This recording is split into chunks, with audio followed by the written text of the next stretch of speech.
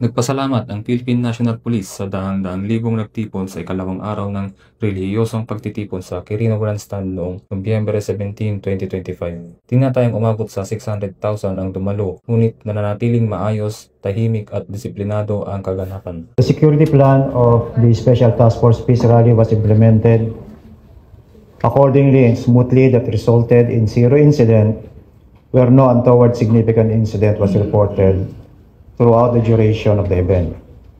The success of the Special Task Force Peace Rally in ensuring the safe and peaceful conduct of this event can be attributed to the early security planning activities coupled with the conduct of intelligence and activations involving members of the Special Task Force Rally and other concerned agencies. Kung mapapansin po nyo, kami po ay mananatili nasa BOA Type C, meaning kami po ay nasa full alert status pa rin.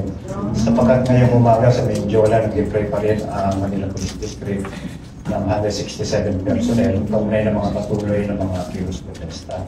At sa ngayon po ay nilalatag na po ng Directorate of Operations yung magiging deployment natin kaunay po sa darating na ng PNP natin. Basta malinaw po sa ngayon ang initial na binigay po sa atin ng guidance sa ating GPNP, tayo po ay papatuloy na magpapa-implement ng maximum tolerance pero sulit zero tolerance to violence.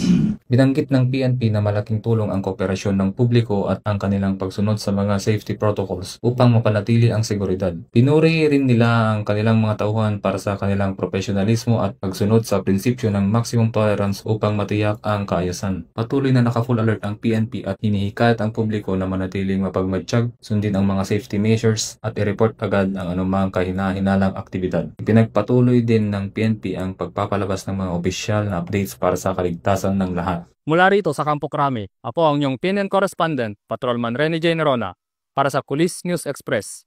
At kami po ang bagong PNP para sa bagong Pilipinas. Serbisyong mabilis, tapat at nararamdaman.